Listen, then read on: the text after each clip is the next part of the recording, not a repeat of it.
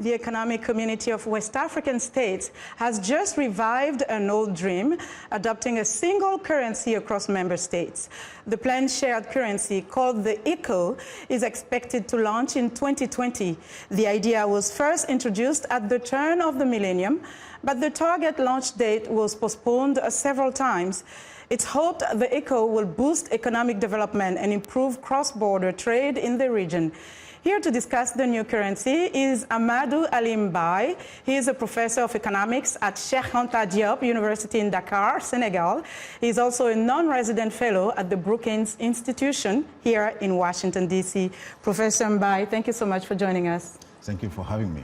Help us to understand the ECO and its significance in the West African region once it is launched. Yeah, the ECO, once it is launched, will become the one single currency for all ECOWAS countries. ECOWAS is a regional organization encompassing 15 West African countries. Yes. And up to now, we have one currency zone, which is the CFA in West Africa, because we have two CFA, one in West Africa, one in Central Africa. Yes. And this is coexisting with other currencies, mostly from Anglophone countries. These Anglophone countries have organized themselves in what we call West African Monetary Zone, but it doesn't preclude each of them until now having its own currency.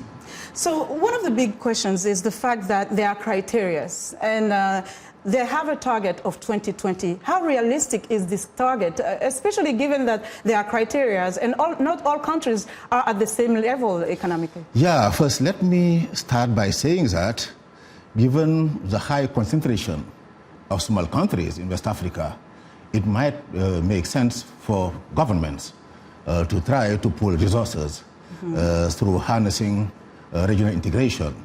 But there is a near consensus among economists that governments are just moving this agenda too far and too fast. Because for such a project to become reality and to work, to function as expected, we would need some prerequisite. For example, we would expect economic structure to be somewhat identical. And we need expect policies to be somewhat harmonized. And neither of these is happening in West Africa right now. For example, if you take the case of resource endowment, a country like Nigeria is oil exporting, while most others are oil importing. Yes. And this makes a big difference in terms of economic policy. And number two, as I mentioned earlier, you have a set of countries which are already using the same currency. Exactly. And which are harmonizing policies in many regards. And cohabitating with countries like Liberia, Nigeria, Ghana, having their own currencies and facing very often important macroeconomic challenges. Yes. So you have this coexistence so there are many loopholes and many challenges. Now, what interest do countries, a giant, economic giant like Nigeria, has to really take part in this? Look, that is also a very big challenge, because Nigeria alone makes up 2/3 of the countries, I mean the region's GDP, and almost a similar share I mean, in population. Yes. And if you look at foreign trades, Nigeria makes up more than 25% of the region's foreign trade. Yes. So if you have ambitious integration agenda like this happening, it will mean that Nigeria is likely to be leading the whole process. And how easy it will be for example, Francophone African countries, which have been used to,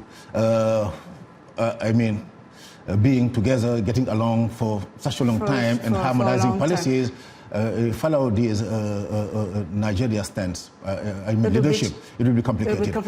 And we're going to end very quickly, but I wanted you to give your thought briefly on the CFA, because people have complained over the years that the CFA was colonial, a kind of a colonial still oppression, if you will, economic oppression. So how realistic will the ECO be a breakaway from the CFA? Oh, at least the ECO will break these long-term